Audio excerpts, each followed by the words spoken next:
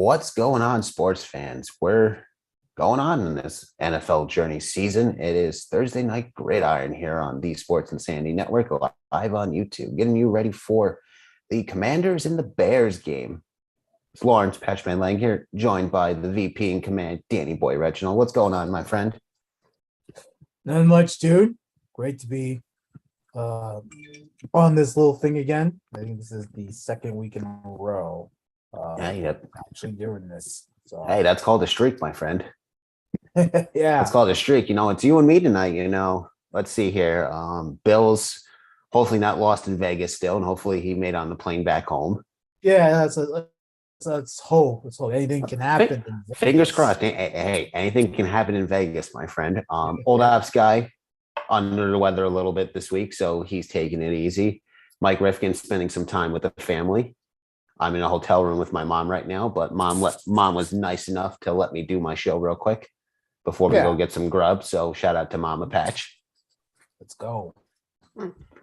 But yeah, we're ready. Commanders and Bears. Another fun, we're here for another fun, exciting Thursday night football. Yeah, totally fun. I don't know if it's just the Thursday night curse or it's the Amazon Prime curse right now. Not a sponsor. Just shout out to. I mean, your guess is as good as mine, to be honest. I mean, hopefully it's just better than last week, with, Denver in another primetime slot. And yet again, they're in a primetime slot coming up on Monday, but we're not here to talk Denver. Commanders, in a little bit of, news lately with their owner. We're going to go more in depth that tomorrow in the bottom half of the inning. But, Dan Schneider, basically says he has dirt on the NFL. What's your thoughts about that? It's not going to change the fact that he has such a terrible culture within the franchise. I'll just say that much. And, fine, whatever. They kick him out of the league. He'll expose what we already know about these NFL owners, that they're corrupt, that there's nepotism, that there's a lot of things. So really, there's dirt, but what's really the dirt? It's nothing that's new. So like, if I'm Dan Snyder, like I'm just like, hey, to take the L, lose your team, and that's it. You're basically shooting yourself in the foot, for lack of a better term, already. Yeah, because like you're acting like we're us NFL fans are dumb that we don't know that there's some inside jobs going on to protect these football teams, knowing the culture that is from NFL Commissioner Roger Goodell about a bunch of cover-ups in the league. Like, you're not really exposing anything. So Dan Snyder literally is trying to change the narrative, but in reality, it's not going to change anything. It really isn't. He's a terrible owner. His franchise is a disgrace. Nobody respects him as an owner. Nobody respects his workplace. Nobody respects any conduct that comes out of it. And the excuses that he continues to make and the way he tries to dodge everything. So he's a terrible person, terrible human being, terrible owner. And I know we're going to go over this on SIP, but to me, it's a waste of time. For lack of a better term, you're right. It's a waste of time. This man just needs to suck up, take the L, like you said, and then just sell the team, be over with, and be gone from the NFL. Yeah, you don't want your bullcrap. Sticking with the Commanders, they're on a 4-game losing streak right now. Last week, lost to the Titans 21-17, a close game. Wentz 25-38, 359 yard passing yards, 2 TDs, 1 INT, and was sacked 3 times. The run game was practically shut down, only 43 total yards in rushing.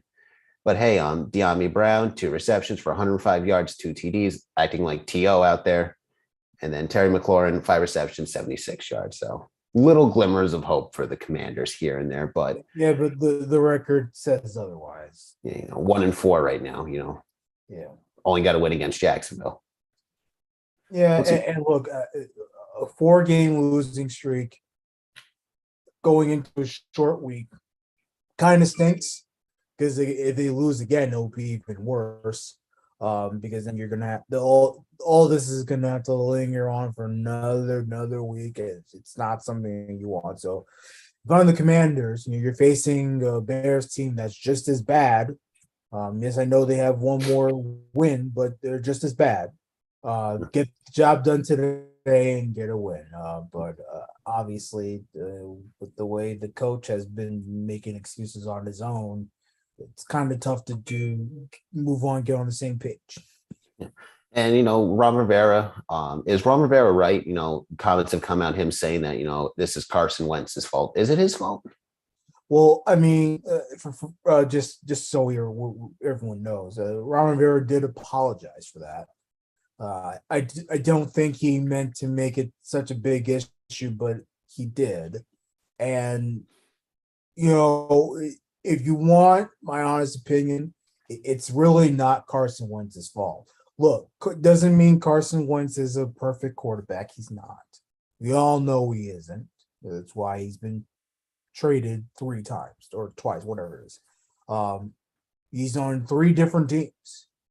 So Carson Wentz has become a journeyman because he's not as good as we thought he would be. Overrated is my word, but it's not entirely his fault that the Commanders are 1-4.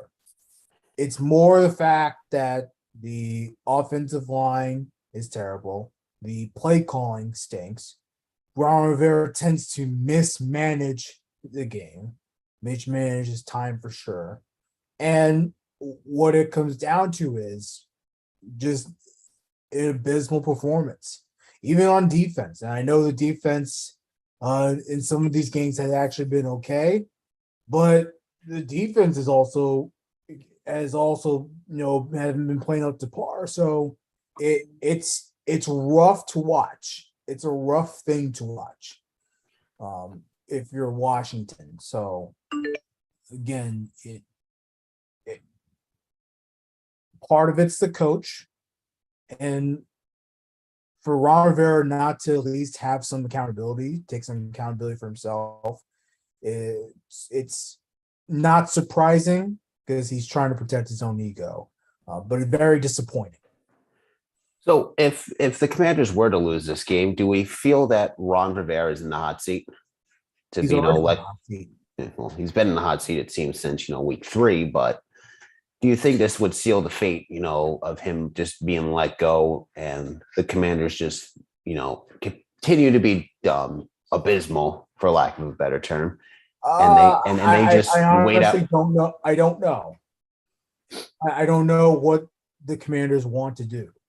There's no word coming out of Washington about any turmoil.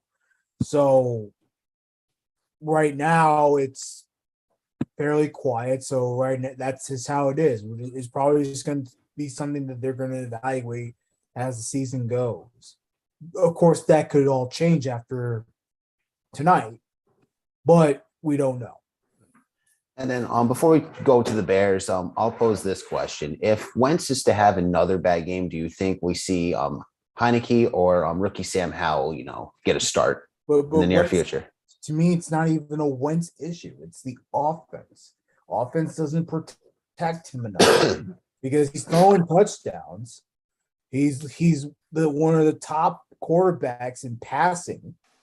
So he has the stuff. It's everything else that needs to come together in order for everything to work. So no, I don't want to see Heineke out there. It doesn't make any sense. What are you throwing out there for? I could see, if it's the end of the season where they're not in contention. Well, yeah, if it doesn't matter. I was just like I say, I was just thinking, if Wentz is to fall from grace, fall to earth, do we just see an emergence of? In what sense would he fall from earth? His performance hasn't been terrible. It's just everything else is not coming together to help him. Kind of like it's kind of like Aaron Rodgers, nothing's helping him right now. No. He's trying to get the job done, not getting the job done.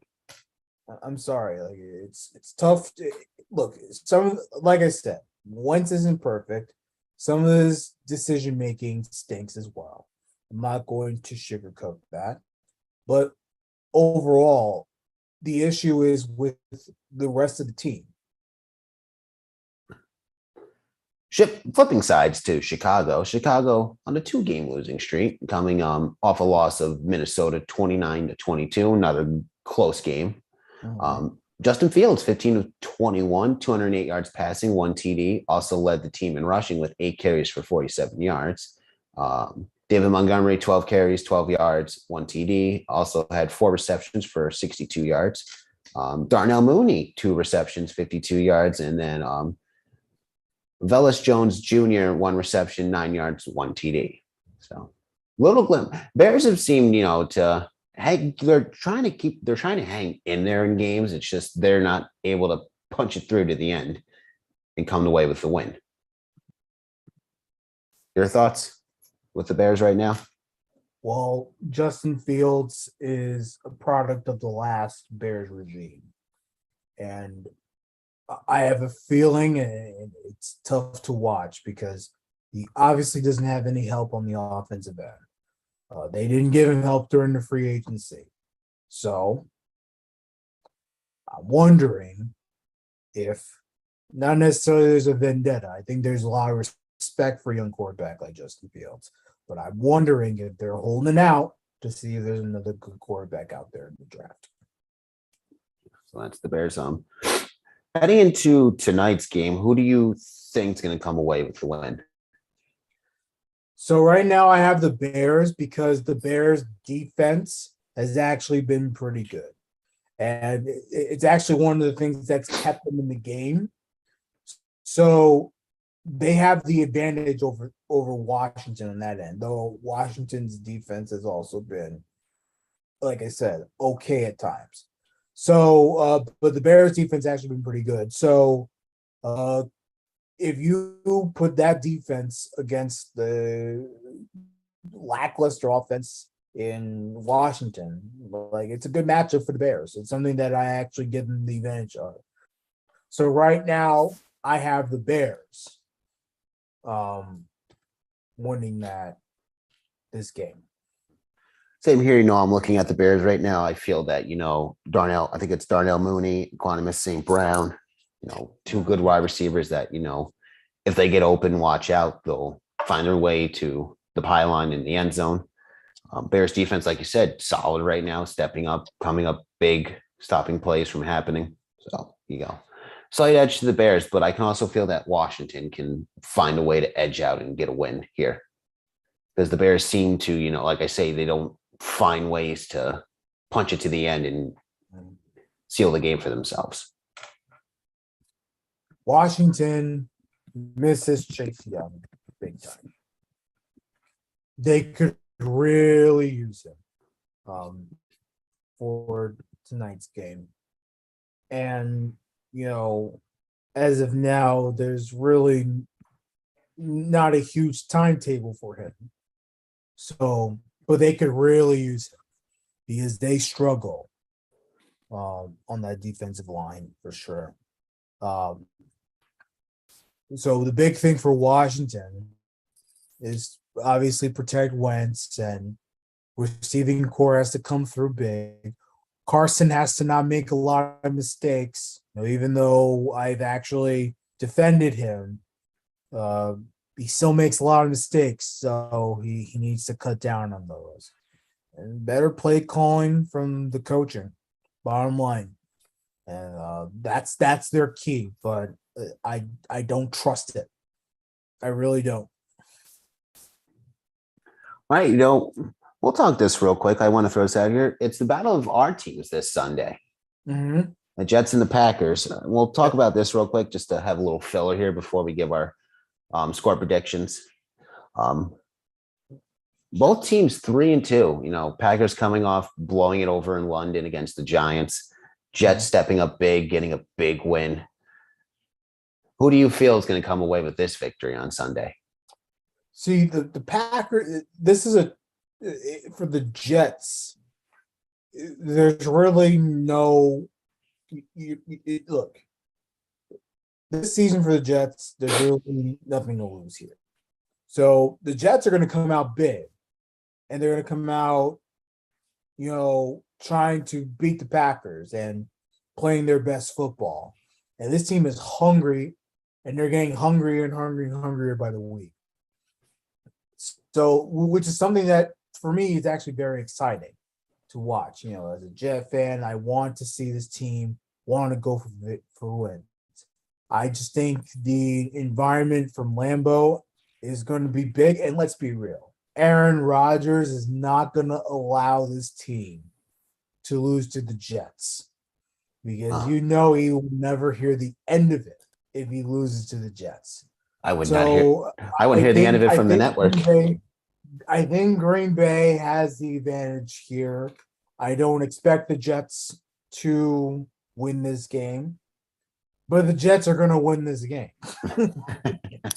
I figured you were going to do that, and unfortunately, as much as I love my Packers, after watching last week, I'm leaning towards the Jets right now too, because the Jets are just they're more hungry. The Packers are it's like Aaron Rodgers, AJ Dillon. We can't remember. I'm drawing a memory blank off the moment of my head.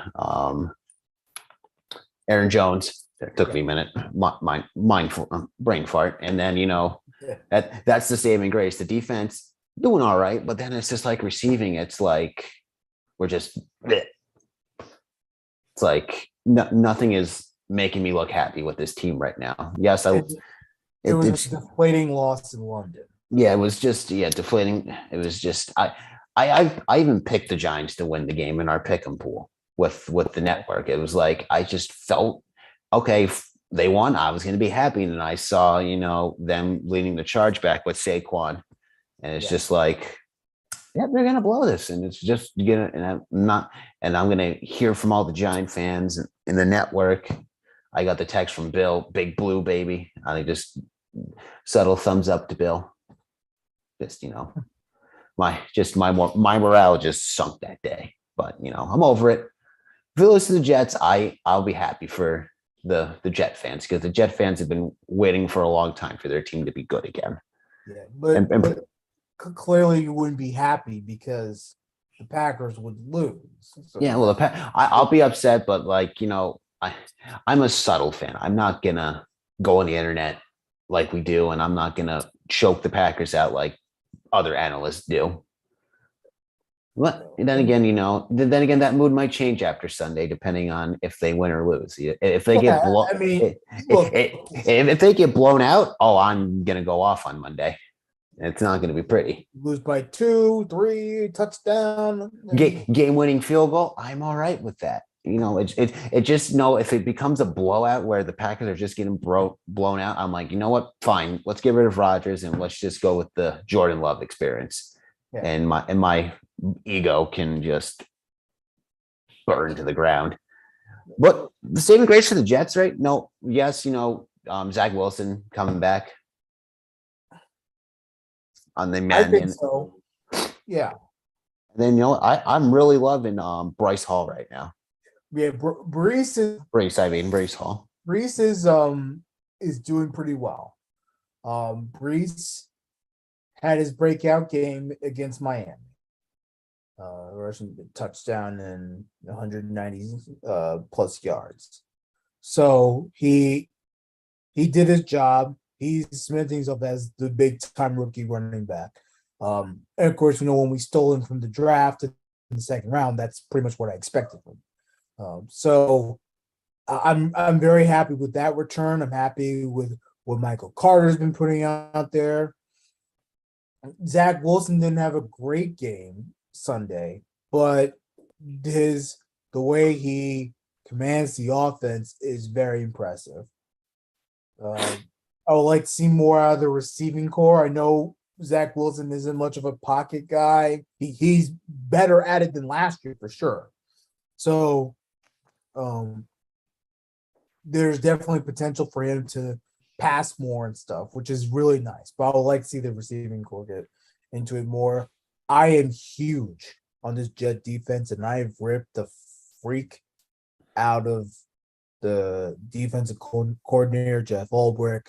But with him and Sal running the defense, I'm actually pretty happy with it so far. I can't complain. All right. So I'm happy with it. Let's see if they actually win in Green Bay. Again, there part of me doesn't trust it, part of me does. So we're gonna have to see how it goes. Well, as the old saying goes, keep the faith, my friend. Of course, and for your Packers, you cannot. If you have a lead, you got to protect your lead. I know. Trust me, I know many. Especially with the Jets. One thing we know about the Jets so far, they are a fourth quarter machine. So if you give them any chance, any type of wiggle room in the fourth quarter, they're going to try to go after it. As I said many times with teams, when you go up big, keep your foot on the gas pedal. Absolutely, man. And the Packers don't do that. They didn't do that this past Sunday. They really don't do that. They play conservative football and it kills them in the end. I want them to be like Buffalo, where they start going up big, just put the foot down the gas pedal, keep accelerating. Yeah. But all right, before we get to score predictions, just a quick update. The NFL. SIN Network's been doing year-long pick'em. After week 5, 13 people have participated. Here are our standings. Tom with 48 points, Big Al with 48 points, Adam with 46, myself with 45, Bill with 45, our lovely friend Allison with 44, Mike with 43, Old Apps Guy 42, Jeff with 40, Ross at 39 somehow after not putting in week 4 picks for some reason. Somehow has 39 points for some reason with missing a week of picks. Yeah.